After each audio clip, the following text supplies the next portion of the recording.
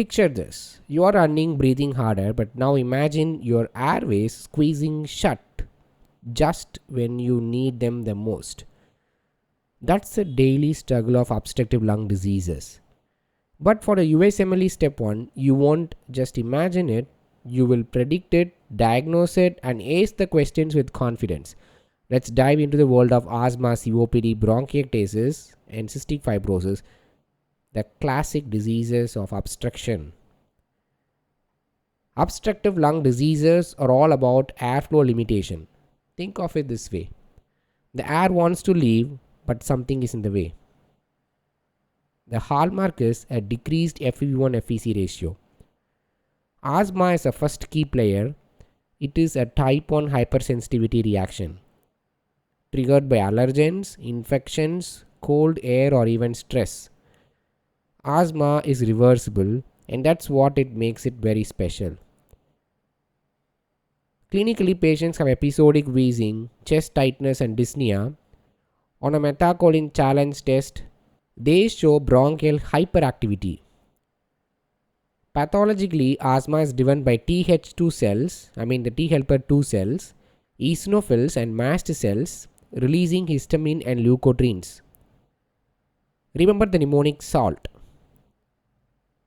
smooth muscle spasm, airway inflammation, lumen obstruction with mucus, and thickening of basement membrane.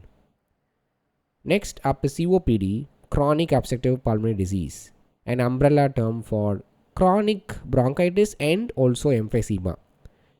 Chronic bronchitis is classically defined as a productive cough for at least 3 months over 2 consecutive years.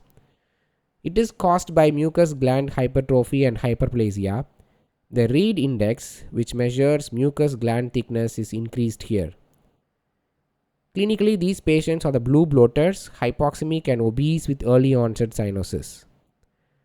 On the other hand, emphysema is all about destruction. It is a permanent enlargement of air spaces distal to the terminal bronchioles caused by loss of alveolar walls. Smoking causes centriacinar emphysema, while alpha-1 antitrypsin deficiency causes pan-acinar emphysema. In emphysema, complaints is increased. The lungs are floppy and patients are the pink puffers, breathing through the pursed lips to prevent the airway collapse. Bronchiectasis is another obstructive disorder, but here the bronchus are permanently dilated and damaged due to chronic infections and inflammations. It is seen in cystic fibrosis, Cartaginer syndrome, allergic bronchopulmonary aspergillosis, and necrotizing infections. Patients present with chronic productive cough, foul-smelling sputum, and recurrent infections. Speaking of cystic fibrosis, it is a genetic condition caused by mutations in CFTR gene leading to thick viscous secretions. Sweat chloride test shows elevated chloride concentrations. It affects the lungs, pancreas, GI tract, and reproductive system. Common respiratory infections include Pseudomonas and Staphylococcus aureus. One quick example: in all obstructive diseases, residual volume and total lung capacity are increased because of air trapping.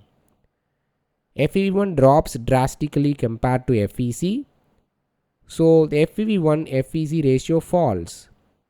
And if you spot the decreased FEV1 FEC, increased TLC, and increased residual volume on a test, obstruction should immediately pop into your mind.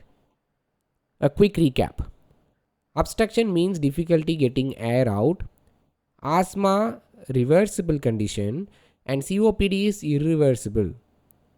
Chronic bronchitis, remember, for mucus overload, emphysema for alveolar destruction, bronchiectasis for damaged and dilated bronchi, cystic fibrosis for thick secretions everywhere.